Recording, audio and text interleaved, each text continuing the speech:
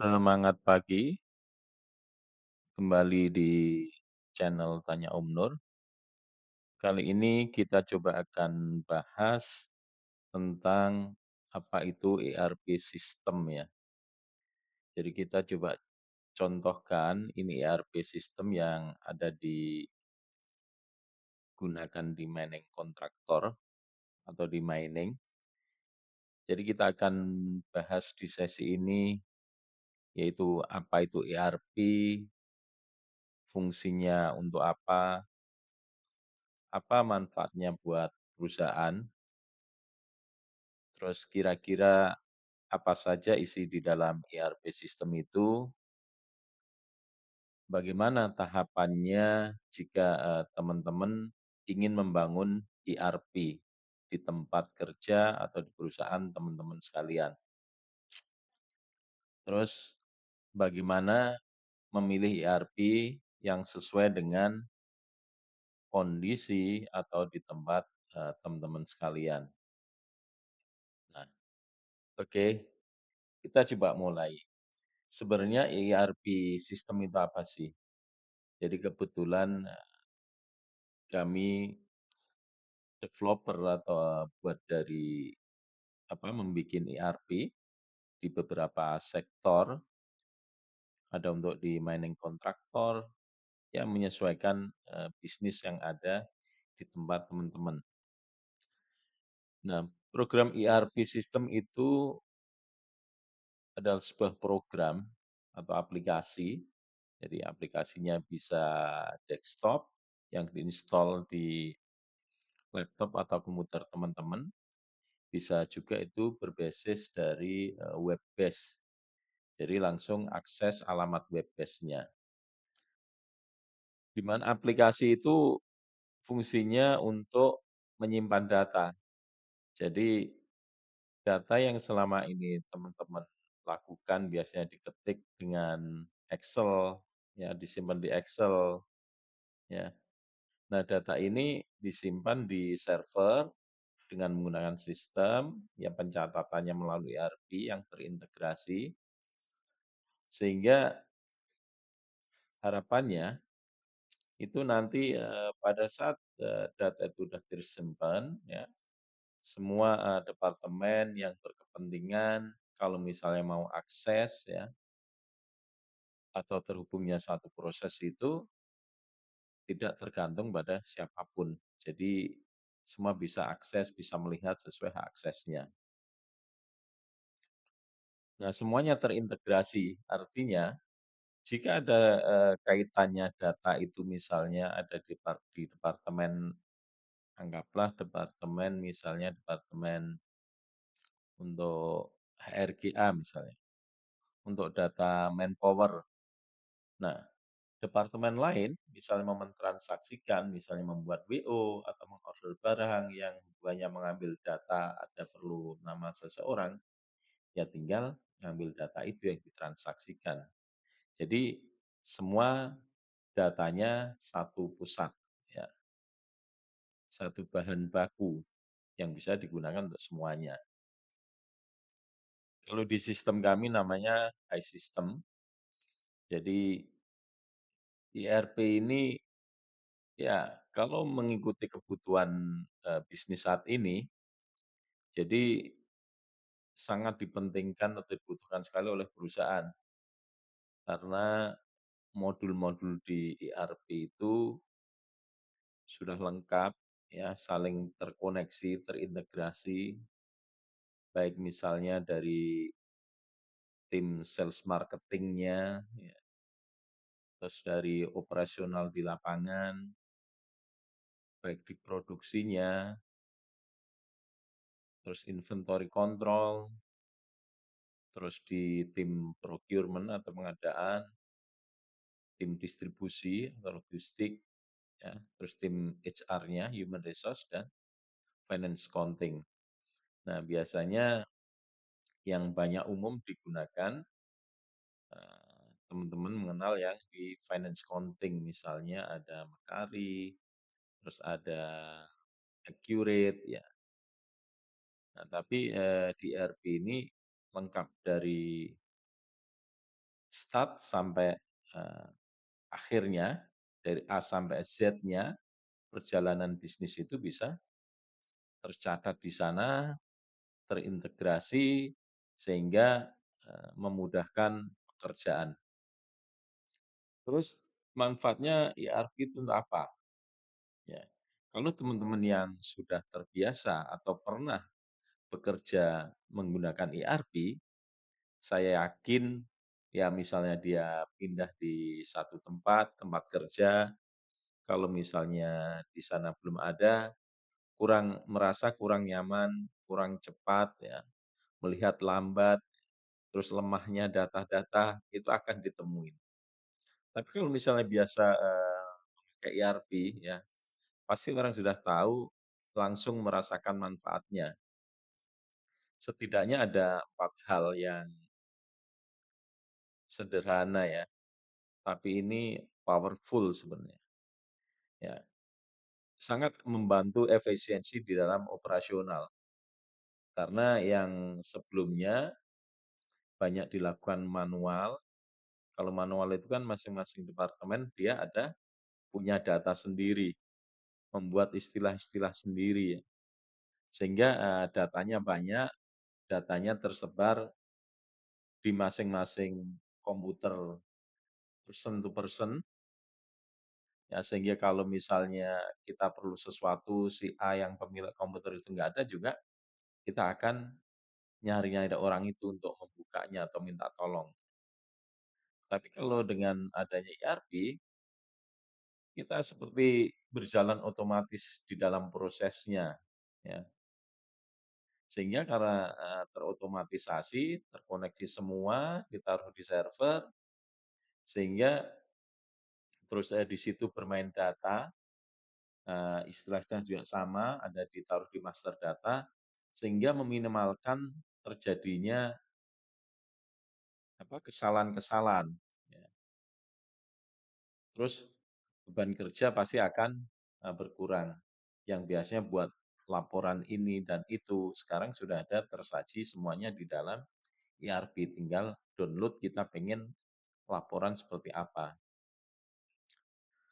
Terus yang kedua terkait data. Jadi karena kita sudah pakai sistem, sehingga data itu terpusat. Jadi menghindarkan dari banyaknya duplikasi data.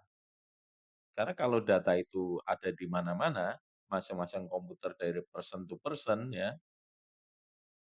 bisa memungkinkan banyaknya kehilangan atau duplikasi data ya.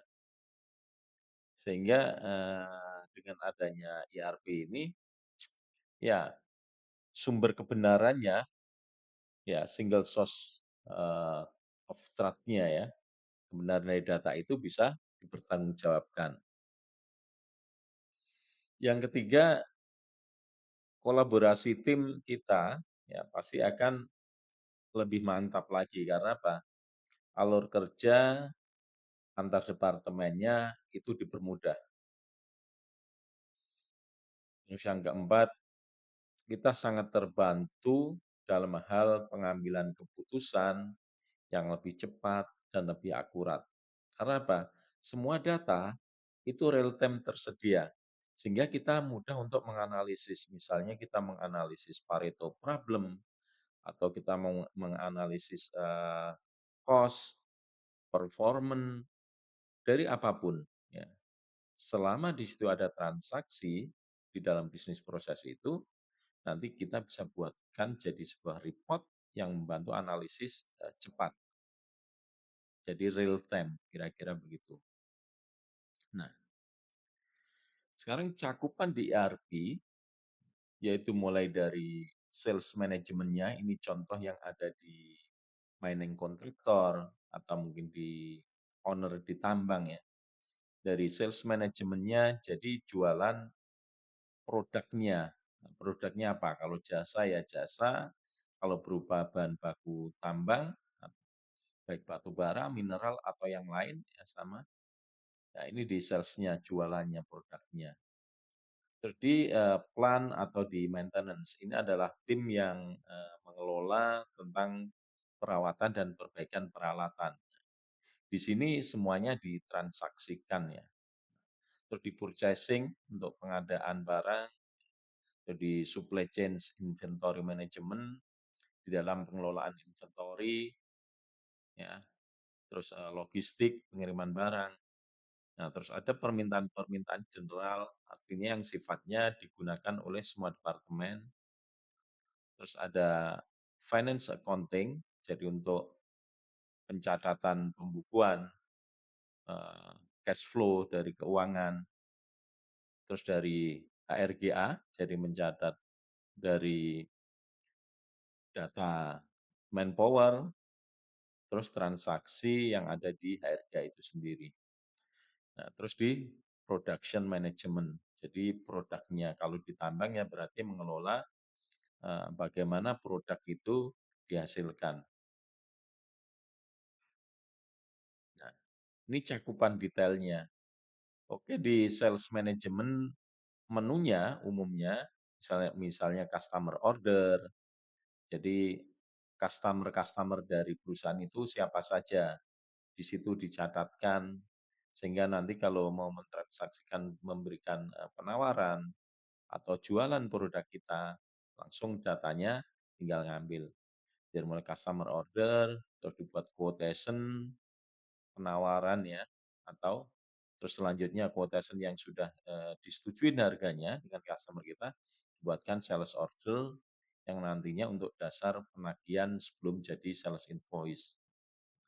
Nah, terus di tim maintenance, yaitu dicatat, dikelola misalnya pindahan peralatan, yaitu mutasi peralatan, terus permintaan spare part, terus ada mekanik activity, jadi aktivitas mekaniknya dicatat di sana, terus menampilkan reading equipment itu adalah perkembangan dari hour meter atau service meter reading, terus tire management, bagaimana pengelolaan tire transaction-nya, terus dibuatkan work order-nya, jadi setiap pekerjaan ada perintah kerja. Nah, terus di purchasing ada di transaksi untuk purchase order, jadi permintaan order, permintaan pembelian. Terus di supply chain inventory management, jadi dikelola mulai fuel dan lubricant, ya. Jadi baik fuel consumption atau lubricant consumption-nya. Nah, terus pengelolaan terhadap material atau kita sebut good control. Jadi bagaimana mengontrol material itu, mulai dari sistem consignment, jika ada consignment, good issue itu adalah pengeluaran barang dari warehouse, good receive, PO. Jadi kalau kita misalnya ada PO, sudah disuplai oleh supplier kita, ditransaksikan dengan good receive oleh tim warehouse. Terus logistik request, jadi permintaan dari pengiriman logistik ya. Terus purchasing request, jadi permintaan untuk pengadaan reservation slip itu adalah jika ada permintaan dari departemen, adalah ini kontrol cek pertama mengakuin bahwa penerimaan itu sudah diketahui dan bisa untuk melakukan cek stok yang ada di warehouse kita. Dan stock of name itu adalah apabila ada tidak balance-nya stok kita, jadi bisa dilakukan stock of name in ataupun stock of name out. Jadi stock of name in jika barangnya aktualnya kurang, ya, terus datanya misalnya datanya 10, tapi barangnya aktualnya cuma 9. Nah, ini kan berarti kurang. Ya, nah, ini harus dilakukan stock of name out karena menyesuaikan fisik dari barang itu. Nah, kalau misalnya barangnya ada 10, datanya 9, harus dilakukan stock of name in.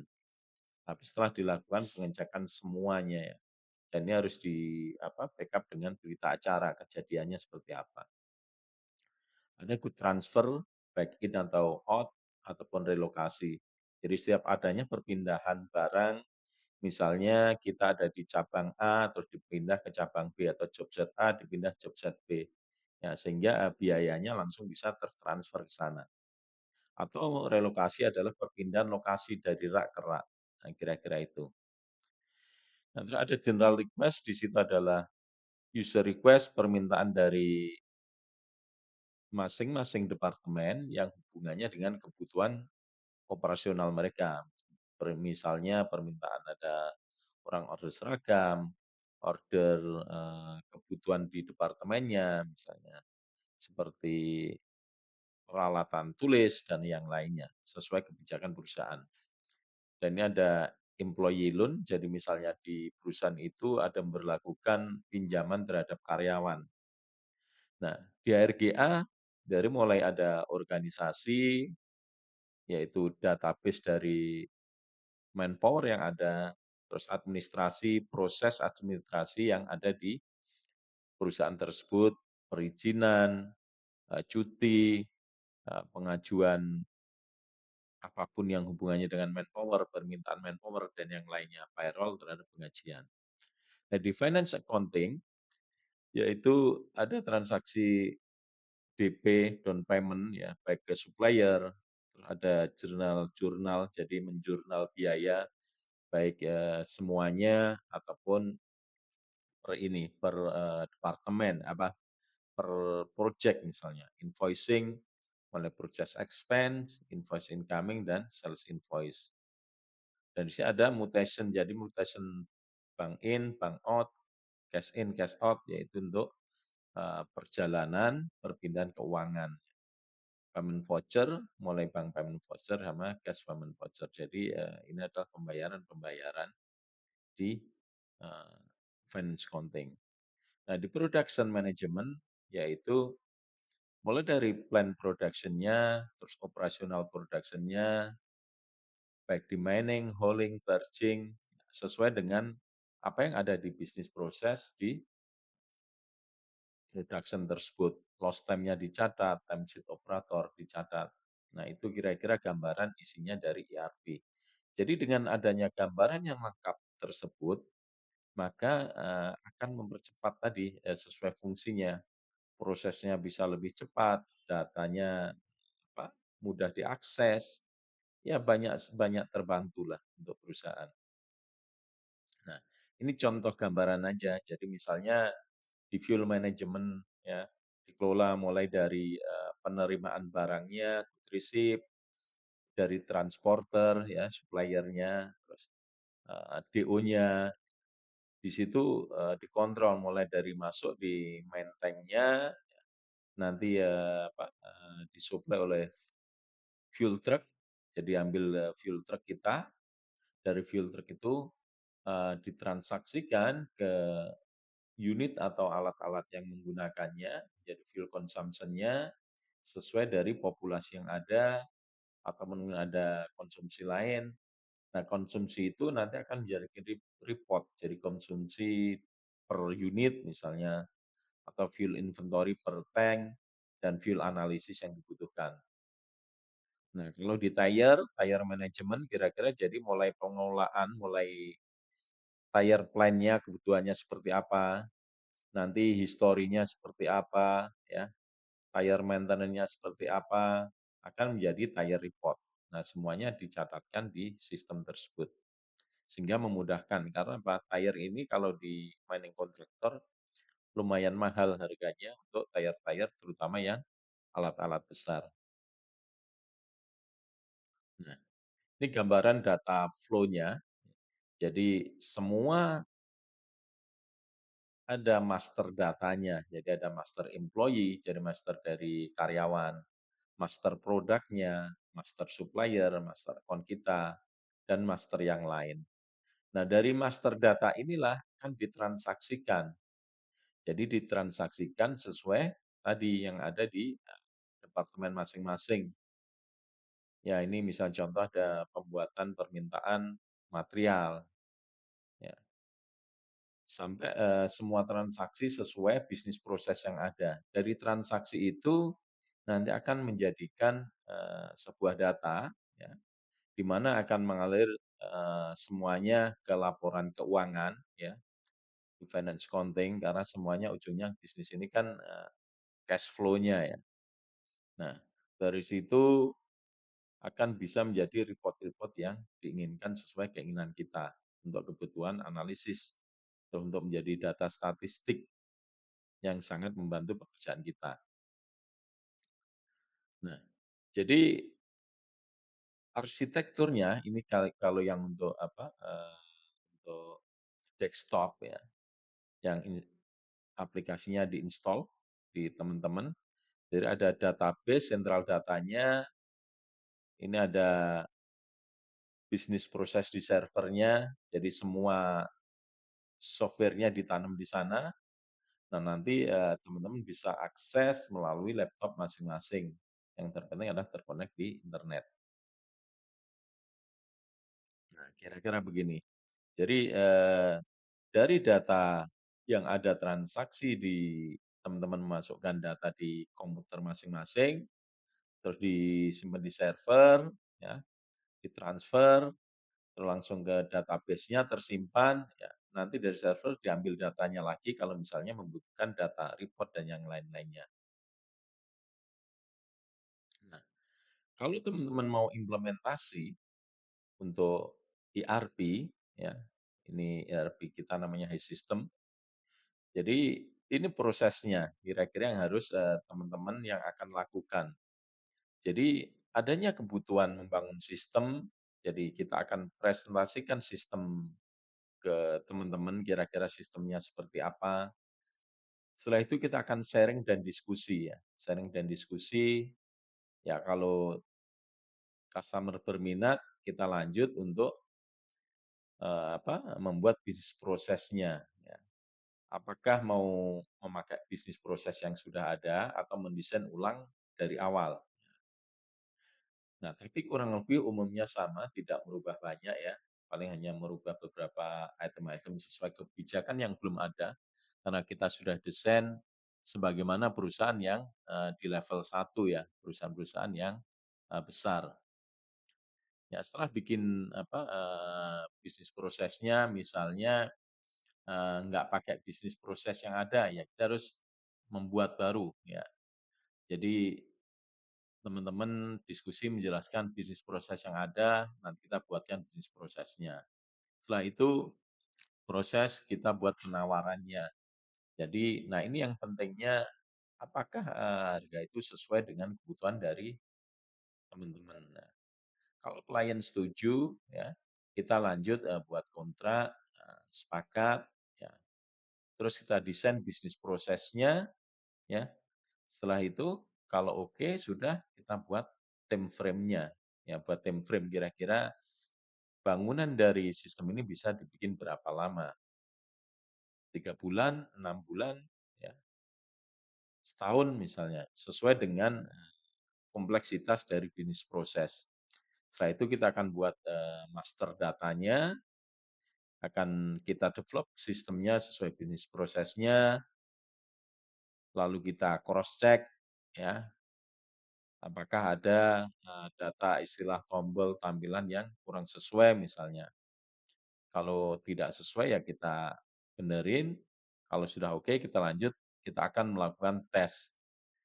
Ya, buat tes script atau kita sebut biasanya istilah UAT1, User Acceptance Test. Nah, setelah kita lakukan tes, ada deviasi atau tidak, ya.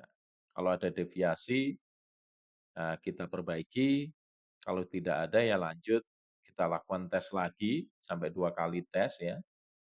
Kalau nggak ada sudah oke semuanya, baru kita siapin modulnya ya, persiapkan modul trainingnya. Setelah itu kita training ke semua user, semua sudah oke, kita migrasi data dan go live. Nah itu tahapannya kalau teman-teman mau membuat ERP system. Nah bisa membangun sendiri, bisa minta bantu ke kami. Nah, kapan proses di development ERP system? Jadi yang penting itu adalah kita lihat bisnis proses yang berjalan saat ini di masing-masing departemen seperti apa. Ada nggak policy atau kebijakan yang ditetapkan ya atau yang berjalan saat ini yang link dengan bisnis proses tadi. Nah, dari situ kita analisis bisnis proses yang ada gap atau enggak. Kalau ada gap, ya kita kasih suggest, kasih saran gimana implementasinya di ERP-nya misalnya. Selanjutnya kita buatin bisnis proses yang dari diskusi tadi ya, supaya bisa diimplementasikan di dalam ERP. Setelah itu baru kita bangun bisnis prosesnya dalam program, sistem, baru jadi tes aplikasi. Kira-kira itu prosesnya. Nah, sering kita coba saya melihat, kira-kira ini data saya ambil dari data di internet, ya. ERP yang ada di saat ini, yang mungkin teman-teman sudah ada banyak pakai, berapa sih kira-kira biayanya? Jadi ini ada beberapa contoh kita ambil. Misal SAP, ya, itu estimasi lisensi atau subscription-nya itu sekitar 2 atau 4 juta per user per bulan. Jadi kalau usernya semakin banyak berarti bayar per usernya lumayan cukup mahal. Ini biasanya dipakai untuk perusahaan-perusahaan level 1 ya. Kelas-kelas 1 memakai ini Astra Group, terus di apa di mining-mining kelas 1 yang lain. Nah, implementasinya sekitar 300 sampai 1 miliar ya tergantung skala perusahaannya ya. Terus ada Oracle ya. Teman-teman bisa datanya lihat di sini ya. Ada Microsoft Dynamics ya, ada Odoo ya, ada ERP Next, ada S-Micro ini yang lokal ya. Paket mulai sampai 150 juta ya, implementasinya beda lagi ya. Nah, ini implementasi jadi mulai pembuatan sampai ke go live-nya. Nah, semuanya ada di sini. Nah, kebetulan kami juga menyesuaikan dengan kelas dari bisnis teman-teman semuanya. Jadi kalau mau membangun ERP, nah harga bisa kita sesuaikan. Nah, jadi project preparation-nya itu mulai di awal, terus bisnis blueprint-nya, realisasinya, final preparation, go live. Kira-kira itu konsolidasi servisnya seperti itu. Nah, jadi kalau misal di mining, ya kita buatin bisnis proses seperti ini sebagai dasar. Inilah perjalanan transaksi mulai dari update plan produksinya, MCC, ya, sampai operator melakukan P2H, ya, sampai data masuk ke MCC, unit operasi, terrecord di MCC, ya, menjadi summary production buat berita acaranya, produksi, sampai penagihannya menjadi sales invoice ya. Nah, terus di situ juga kita transaksikan kalau misalnya ada peralatan yang rusak ya, ada keperluan spare part ya. Terus gudang melakukan proses untuk pengecekan yang diorder, pengeluaran barang sampai good issue, kalau tidak ada ya dibuatin PR, ya sampai dia dibuatin PO, sampai lakukan penerimaan barang good receipt, sampai menjadi hutang ya dari supplier sampai dibayar ke supplier. Ya, jadi dari awal start sampai akhir semua bisnis proses tercatat. Nah, kalau rental alat juga sama, jadi proses berian rental sampai penagihannya. Ini contohnya. Nah, kira-kira itu ya teman-teman gambaran singkat ERP. Jadi untuk next video selanjutnya kita coba akan bahas contoh tampilan dan transaksi langsung dari masing-masing bisnis proses yang ada. Oke, cukup sekian. Sampai ketemu di video berikutnya. Salam.